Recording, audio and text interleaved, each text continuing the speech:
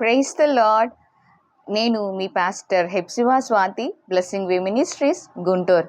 ఈరోజు ప్రార్థన చేసుకున్నారా అండి? ఈరోజు వాక్యాన్ని చదువుకున్నారా అండి? దేవుని వాగ్దానాలు ఎత్తిపెట్టి ప్రార్థన చేసుకున్నారా? దేవుని దగ్గర ప్రార్థన చేయండి. ఆ ప్రార్థనే ఆ దినమంతా కూడా మీకు క్షేమమునిస్తుంది, మీ కుటుంబానికి రక్షణనిస్తుంది. కనుక ప్రార్థన చేయటం మాత్రం మరువద్దు. ఈ దిన లేఖనాన్ని, వాగ్దానాన్ని మనం చూద్దాం. యెహెజ్కేలు గ్రంథము 36వ అధ్యాయము 26వ వచనము. నూతన హృదయము మీకిచ్చెదను, నూతన స్వభావము మీకు కలుగ చేసేదను. రాతి గుండె మీలో నుంచి తీసివేసి మాంసపు గుండెను మీకిచ్చేదను. ఏమి ఇస్తాను అని దేవుడు మనకి వాగ్దానం చేస్తున్నారంటే నూతన హృదయము, నూతన స్వభావము. మీరు చూస్తున్న వారు ఒకవేళ హేళనగా ఇలాగనొచ్చు, నూతన హృదయం దేవుడు ఎలాగిస్తాడండి? మళ్ళా మాకేమన్నా హార్ట్ ట్రాన్స్ప్లాంటేషన్ దేవుడు ఏమన్నా చేస్తారా? ఎలాగొస్తుంది నూతన హృదయము? ఈ నూతన స్వభావం ఎట్లొస్తుంది అంటే, దేవుని ఆత్మ మనలో ఉన్నప్పుడు మనల్ని దేవుడు అన్ని విధాలా మారుస్తారు. మన మాటను మారుస్తారు, మన చూపు మారుస్తారు, మన జీవితం మారుస్తారు. అన్నిటినీ కూడా మార్చగల దేవుడు మన దేవుడు.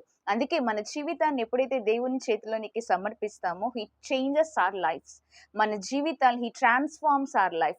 మన జీవితాన్ని ఒకప్పుడున్న జీవితం లాగా ఉండదు, కానీ దేవుడు అన్నిటినీ కూడా మార్చివేసే దేవుడు. అందుకే ఇక్కడికి మనకి ఏం కావాలి అంటే, ప్రతి ఒక్కరికి కూడా, దేవుని నమ్మిన ప్రతి విశ్వాసికి కూడా కావాల్సింది ఏంటంటే నూతన హృదయము, నూతన స్వభావం. అందుకే ప్రాచీన స్వభావము తీసివేసుకొని నవీన స్వభావమును ధరించుకొనుడని పౌలు గారి పత్రికలో కూడా మనం చూస్తాం.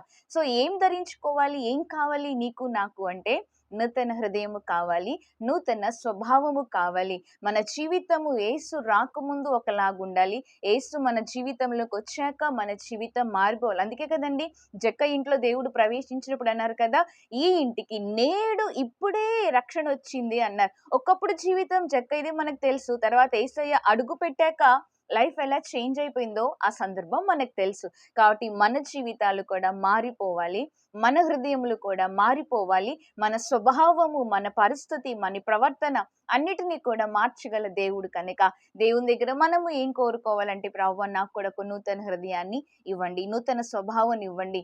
ఇంకా నువ్వు నా జీవితం నీకు అయిష్టంగా ఉన్నట్లయితే, నీకు ఎలాగుంటే ఇష్టమో అలాగూ నన్ను మార్చండి ప్రభువా అని when we surrender our lives to God's hand, ఆయనే మార్చేస్తారు. కనుక మన జీవితాన్ని దేవుని చేతికి అప్పగించుకుందాం. నూతన స్వభావమును, నూతన హృదయమును దేవుడు మనకు అనుగ్రహిస్తారు. మంచి జీవితాన్ని, ఒక బ్లెస్డ్ లైఫ్ ని దేవుడు నీకు నాకు అనుగ్రహించును గాక. మీ చూస్తున్న మీ అందరిని దేవుడు దీవించును గాక. God bless you.